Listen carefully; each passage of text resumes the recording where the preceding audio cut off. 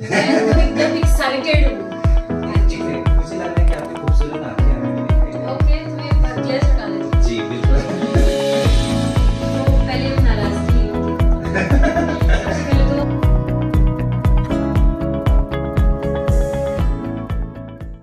बहुत सारे क्वेश्चंस हैं, आप रेडी हैं? मैं तो एकदम एक्साइटेड हूँ। मुझे लग रहा है कि आपकी खूबसूरत आंखें हमें भी दिखाई दे रही हैं। ओके, तुम्हें ग्लेस हटा देती हूँ। जी बिल्कुल। ओके। नाराज इसलिए क्योंकि जिस जगह से आपको वो जानते हैं, नागपुर इंडस्ट्री से, वहां पे आप बहुत कम दिखाई दे रही हैं।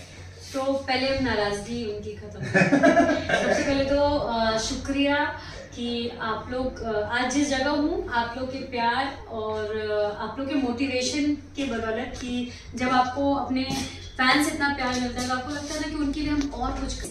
यही जो जिद थी मेरी और अच्छा कुछ करने की और रांची झारखंड को एक जगह पहुंचाने, मुंबई लेके गई क्योंकि इसके बाद अगर कुछ ग्रोथ, हमेशा हम कोई जॉब करते हैं तो एक ग्रोथ देखते हैं, तो एक ग्रोथ मुझे मुंबई में दिखाई दी, इसीलिए बात है। और इतनी बिजी है कि मैम से हम लोग 2 साल से मिलना चाह रहे थे। हमारे दर्शक कमेंट सेक्शन में लिख लिख के हमें बहुत बार बोल रहे थे कि सुप्रिया मैम को बुलाइए, और फाइनली हम लोग के साथ आज सुप्रिया मैम है। और मुझे तो यकीन नहीं हो रहा है, मैं जब क्लास 8-9 में था तब आपकी वो एल्बम आ रही थी, और मतलब कि उन दिनों की बात है जब सुप्रिया मैम का नाम और इनके एल्बम हर एक कोई देखते थे। सीडी कैसेट का जमाना था। सीडी कैसेट का जमाना था और काफी अभी भी जो गाने आते हैं वो बहुत अच्छे, बहुत उसकी म्यूजिक इतने अच्छे होते हैं और अभी तो बहुत अच्छा लगता है कि टेक्निकली भी बहुत स्ट्रॉन्ग हो गए, लेकिन मैं चाहती हूँ कि टेक्निकली और स्ट्रॉन्ग हो।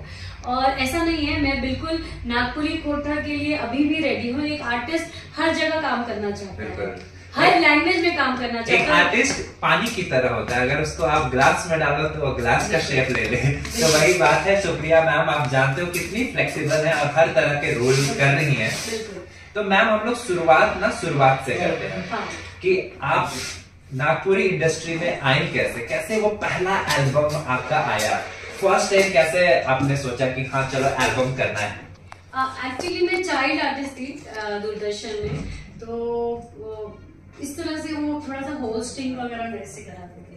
अच्छा। तो हाँ, कितने साल की रही होंगी? बचपन की बात? स्कूल में थी मैं, आई थिंक 9th में थी मैं। अच्छा। और उस टाइम मैं डांस सीखती थी। मेरे घर में एक्चुअली सब जॉब वाले हैं, गवर्नमेंट जॉब वाले हैं, लेकिन मेरे बाबूजी को थोड़े आर्टिस्टिक थे, वो गाना गाते थे, तबला बजाते थे। अच्छा। तो वो उनको था कि मेरे बच्चे कुछ अलग भी करे, तो वो चाहते थे कि मैं सिंगर बनूं, जो नहीं बन पाई।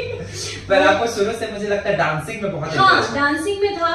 तो इनको तब पता चला कि मुझे डांस पसंद है जब मैं हमारे मोहल्ले में, कॉलोनी में जब पूजा पंडाल लगता था, सरस्वती पूजा वगैरह। अच्छा, तो मैं उसमें कंपटीशन होता था बच्चों का, तो मैं उसमें डांस करती थी। तो तब इनको पता चला कि अरे इसको तो डांस में इंटरेस्ट है। तो देन उन्होंने, ये बहुत बड़ी बात है, ये गॉड ब्लेस है कि आपके ऐसे पेरेंट्स भी होने चाहिए जो आपकी हॉबी को पकड़े और आपको उसके लिए आगे प्रोत्साहन दे और आपको आगे बढ़ाए, जो बहुत इम्पोर्टेंट होता है। तो वैसा हुआ, फिर मुझे कथक डांस में डाला गया। मेरी माँ हमेशा मुझे लेके जाती थी, वहाँ बैठती थी क्योंकि मैं छोटी थी तो तब तक, और मैं बहुत चंचल थी, ऐसा बोलते हैं कि मैं इधर उधर भाग जाती थी, बदमाश थी बहुत। तो माँ पूरा टाइम बैठी रहती थी, फिर मुझे लेके आती थी। तो मेरे से ज्यादा आई थिंक मेरे पेरेंट्स, मेरे जो घर वाले, उन्होंने स्ट्रगल किया है मेरे पीछे, मुझे यहाँ तक पहुंचाने में। और एल्बम में कैसे आना हुआ? तो ऐसे दूरदर्शन पे करती थी, तो वहां पे कई बार और भी जो नागपुरी, तभी एल्बम्स पहले बहुत बनते थे, लेकिन इतना नोन नहीं था।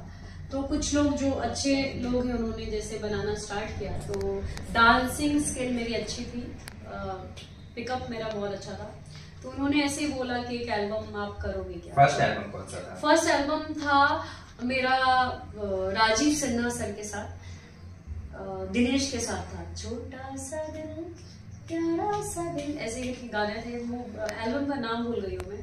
तो फर्स्ट एल्बम वो था। तो लोगों ने, वो एल्बम कितना चला ये तो मुझे इतना याद नहीं है, लेकिन लोगों ने मेरे एक्सप्रेशन को काफी कैच किया कि यार इसकी एक पॉइंट में एक्सप्रेशन देती है, ये कौन है। देन मुझे मिला ये गजब दिखाई दे एल्बम, खोटा एल्बम। हाँ, उसमें आपके साथ कौन से? दिनेश, उसमें भी दिनेश थे। तो वो एल्बम बिल्कुल भी गुम हो गया। वो जो एक्सप्रेशन थे मेरे, गजब दिखाएंगे गुड़िया गजब दिखाएंगे, जब तू खोसे है जुड़ा में बेली फूल, नहीं खोसे है जुड़ा में बेली फूल, हाँ बेली फूल गजब दिखाएंगे। तो ये सारे जो मूवमेंट्स है ना, ये मैंने, मुझे आपका सबसे फेवरेट, ऐसे तो बहुत सारे फेवरेट है, पर मुझे आपका सबसे अच्छा गाना लगता है तो के बोला लो रे सेलेम, हाँ टीशर्ट, हाँ उसमें एक्चुअली मैंने डबल रोल किया था। हाँ। और जो सेकंड रोल किया था ना, वो एक्चुअली तभी जस्ट वो फर्स्ट मैंने ही किया था, वो थोड़ा सा एक सॉफ्ट और एक हार्ड वॉइस, और हार्ड वॉइस में वो एक्सप्रेशन देना, वैसे आंखें बनाना, तो वो फर्स्ट था। लोगों कितना मजा आता था ये सब करना। आई थिंक मुझे लगता है कि मेरी पॉलिशिंग हो रही थी इसी में, क्योंकि मैं सोचती थी कि अरे ऐसा गाना है, ऐसा गाना है। मैंने बोला ना कि मैं सुनती बहुत हूँ, तो सुन सुन के मुझे बहुत आइडियाज आते थे कि इसको ऐसा करूंगी, वैसा करूंगी। और जब हम एल्बम्स करते थे तो मेकअप हम खुद ही करते थे, ड्रेस भी हम खुद ही डिसाइड करते थे। अच्छा। कि इसमें हम ऐसा पहनेंगे, इसमें तो हम ऐसा पहनेंगे, इसमें तो हम ऐसा कलर पहनेंगे, तो मेकअप हम ऐसा करेंगे। और मतलब कि अपनी स्टाइलिश भी एक खुद ही थी, मेकअप आर्टिस्ट भी एक खुद ही थी, और मतलब डिजाइनर भी एक खुद ही थी। हाँ, कि हम ऐसा करते थे कि अच्छा इसमें 2 वॉइस है, इसमें सॉफ्ट रखूंगी, इसमें मैं साड़ी पहनूंगी और सॉफ्ट मेकअप छोटी कर लूंगी, और उसमें मैं थोड़ा सा ऐसे आंखों का काजल और ये वो, तो बहुत अच्छा था। और एक्चुअल जो लास्ट वाला आप देखते हो ना, रमन गुप्ता सर आपके रमन थे, और लास्ट वाला जो आप शॉट देखते हो ना जिसमें ट्रेन, वो एक्चुअल ट्रेन थी। अच्छा। ट्रेन आ गई थी, मैं नाच रही थी, कैमरा था वहां से इशारा कर रहे थे, मुझे सुनाई नहीं दिया, और ट्रेन आ गई थी और मैं भागती। वो एक्चुअल। अब तो चीजें बहुत, मुझे लगता है चेंजेस आ रहे हैं, नागपुरी इंडस्ट्री में भी बहुत सारे टेक्निकल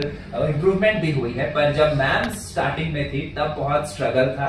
और मैम जैसा खुद बता रही कि बहुत सारी चीजें खुद से करती थी। मैम आपकी जोड़ी बंटी सर के साथ बहुत सराही, बहुत पसंद किया गया था। आप लोगों ने बंटी सर के साथ बहुत सारे गाने भी किए हैं। बिल्कुल बिल्कुल, बहुत गाने। हम दोनों की केमिस्ट्री बहुत अच्छी थी। जैसे मेरी चल गे गंगिया गाना था, जो सतीश के साथ मेरी केमिस्ट्री बहुत पसंद थी। चल गे गंगिया डुबकी लगाई गंगा के पानी में, ये गाना तो लोगों को लगता है कि भोजपुरी गाना, इनफैक्ट ये गाना मुंबई में भी सुने जाते हैं और मलेशिया में भी सुने जाते हैं, और हर जगह, इंडिया में तो हर जगह सुने जाते हैं। और लोगों को लगता है कि ये भोजपुरी सॉन्ग है, पटना बिहार में तो बहुत सुना जाता है, क्योंकि गंगा एक्चुअली ज्यादा तो लोग को लगता है बिहार, लेकिन ऑफकोर्स झारखंड भी पहले बिहार में था, तो कल्चर हम लोग की लगभग सेम है। तो ये गाना बहुत फेमस है। और उसके बाद रमन के साथ भी जो भी मैंने रोमांटिक सॉन्ग किया, जो सॉफ्ट सॉन्ग थे, काफी पसंद किया गया। लेकिन मेरे और बंटी की जो केमिस्ट्री थी, लोग मतलब पता नहीं, लोगों को ऐसा लगता था कि यार कुछ मैजिक है, कुछ मैजिक है। और जब मुझे बंटी के बारे में पता चला तो मैं बहुत अपसेट, आपकी वीडियो के सामने आई थी। हाँ, मैं बहुत, मतलब कितनी रात सोई, क्योंकि अब एक तो मुझे बिलीव ही नहीं हो रहा था उस बारे में कि क्या था। लेकिन मुझे लगता है वो जहाँ भी है बहुत सुखी होंगे, बहुत अच्छे से होंगे, और उन्होंने जितना यहाँ समय बिताया है बहुत अच्छा बिताया है। आज भी लोग उनको उतना ही प्यार करते हैं। बिल्कुल, वो एक आर्टिस्ट है और हमेशा अमर रहेंगे, हम सबके साथ में रहेंगे, और उनके गानों को हम लोग हमेशा याद करते हैं और देखते हैं। और उस समय मैं आना चाहती थी जब उनका जो भी फाइनल, क्योंकि मुझे बहुत लेट पता चला था। अच्छा। तो मैं आ नहीं पाई थी, और मैं ऑलरेडी शूट कर रही थी, तो इसलिए आ नहीं पाई थी। लेकिन मैंने सारे मतलब हर जगह से मैं उनकी खबर और सब कुछ लेनी थी, तो क्योंकि बिलीव नहीं होता है ना कि आप इतने क्लोजली काम कर रहे हो और चीजें ऐसे हो जाए। बिल्कुल। तो दोस्तों, अब हम लोग बात करेंगे मैम कि आपका रांची से मुंबई जाना, हाँ। ये कब हुआ, कैसे हुआ, और आपने कैसे डिसाइड किया कि हाँ मुंबई की तरफ रुख करना है? हुआ ये कि कंटिन्यू मैं यहाँ काम कर रही थी, तो काम कर रहे थे, फिर अचानक से मुझे ऐसा लगा कि कुछ टाइम मुझे गाने बहुत अच्छे नहीं मिल रहे थे। अच्छा, मतलब समथिंग मैं इसको रिलेट कर पा रहा हूँ कि प्रियंका चोपड़ा मैम जिस तरीके से बॉलीवुड में थी, हाँ। और उन्होंने अचानक से शिफ्ट करके हॉलीवुड चली गई, सेम आप यहाँ पे इतनी ऑलरेडी फेमस थी, लेकिन क्या होता है ना, जब आप फेमस होते हो, एक नाम होता है, तो आपको हमेशा एक क्रेडिट होती है कि मैं इससे बेहतर काम करूँ। मैंने यहाँ एक जगह बनाई है, और एकदम नीट एंड क्लीन जगह बनाई है, कोई मतलब ऐसे कपड़े नहीं, कोई भी ऐसा सीन नहीं। हाँ सीन नहीं, और मैंने मेहनत से मैं बड़ी हूँ, तो मुझे ऐसा लगता है कि मैं डिजर्व करती हूँ, क्योंकि मैं बहुत मेहनती हूँ, मैं हार्ड वर्किंग हूँ बहुत, और मैं डिजर्व करती हूँ कि मुझे इससे बेहतर, इससे बेहतर, इससे बेहतर मिले। और जब आपको कुछ लोग ऐसा आपको एहसास दिलाते हैं कि नहीं आप वो डिजर्व नहीं करते, अच्छा, उस दिन मैंने डिसाइड किया कि नहीं मैं डिजर्व करती हूँ, क्योंकि मैं मेहनती हूँ। आपकी किस्मत में जो लिखा होता है वो आपको जरूर मिलता है, लेकिन जब आपकी मेहनत होती है उससे बेहतर मिलता है, और मैं बहुत मेहनती हूँ, इसीलिए मुझे लगा कि नहीं ये चीज मुझे प्रूफ करना बहुत जरूरी है कि मैं बेहतर हूँ और मैं बहुत मेहनती हूँ। सबसे बड़ी बात है कि बेहतर से ज्यादा मैं बहुत मेहनती हूँ। तो ये जो एक कभी कभी होता है ना, कुछ चीजें आपको ना ऊपर ले जाती है, तो कुछ ऐसी इंसिडेंट होना आपकी लाइफ में जरूर, सब कुछ अच्छा अच्छा होना, तो आप मेहनत शायद उतना नहीं करोगे जितना और करना चाहिए।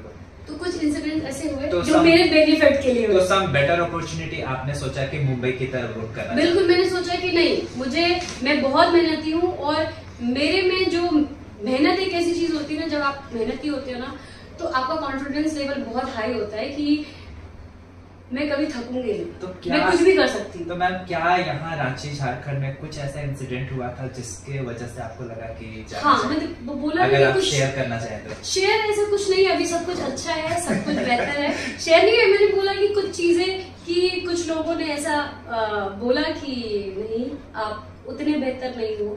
अच्छा। तो मेरा एक ही चीज होता है, अभी भी मुंबई में जब होता है तो मैं बोलती हूँ मैं बहुत मेहनती हूँ, और जब आदमी मेहनत करना जानता है और मेहनत से पीछे नहीं हटता है, तो कोई उसको जज नहीं कर सकता कि आप बेहतर हो नहीं बेहतर हो, क्योंकि बेहतर ना बेहतर ऊपर वाला बैठा है। और अचानक से हम लोगों ने उस वक्त आपको देखा रतन राजपूत के साथ अगले ही जन्म मुझे जो मैंने बोला ना, मेरे ऊपर भगवान की कृपा हमेशा बनी है, और जो फैंस के प्यार है, आप लोग का जो प्यार है, वो होता ना कि आप मुझे दिल से प्यार करते हैं, भले आप नाराज हो मेरे से कि आप चले गए, लेकिन आपका प्यार है, तो वो ब्लेसिंग ना कहीं ना वो मिलती है। उस वक्त जब हम लोगों ने देखा सनिचरी के कैरेक्टर में आपको, और हम लोग पूरी फैमिली वो शो देखते थे, तो हम लोग ये तो सुप्रिया मैम है, ये तो टीवी पे आ रही है, इतने बड़े शो में जिनको हम लोग नागपुरी एल्बम में देखते थे, अब मतलब सीधे वो एक्चुअली मुझे जाते के साथ मेरा वो शो कौन से टीवी में अगले जन्म मोहे बिटिया की जो जी टीवी पे आता है, बहुत बड़ा शो था एक्चुअली, वो मेरा सीरियल का पहला ऑडिशन था। अच्छा। और पहले ऑडिशन में मुझे इतना बड़ा स्क्रिप्ट मिला था। अच्छा। और मैंने 1 गो में किया था, और वो आई थिंक वो बहुत टाइम से वो ऑडिशन ले रहे थे, लेकिन कोई 1 गो में आज तक किया नहीं था उनके पास। तो जो देन मुझे दूसरे दिन ही कॉल आया कि आप सेलेक्ट हो गए सनिचरी से, तो मैंने उनको बोला नहीं मुझे तो लीड करना है, मैं सनिचरी नहीं करूंगी, मैंने ऐसे बोला उनको। तो बोला आप करके तो आप करो, ये बहुत अच्छा रोल है। देन मैंने किया, और माइंड ब्लोइंग था। हम जो शूट के लिए वाई गए थे, गांव है एक जगह, वहाँ कुछ 2 महीने रहे थे, और जिस हिसाब से मेरा कैरेक्टर उठ के आया, जो डायरेक्टर थे जिस हिसाब से उन्होंने मेरे कैरेक्टर को मुझे समझाया, ब्रीफिंग दी, मतलब वो अलग ही दुनिया है। सीरियल की जो दुनिया है अलग है, मतलब उसको आप ना मूवी से, ना वेब सीरीज से, किसी से या म्यूजिक एल्बम से आप उसको कनेक्ट नहीं कर सकते, लेकिन वो अलग ही दुनिया थी। और तब मुझे लगा कि मुझे अभी बहुत कुछ सीखना बाकी है।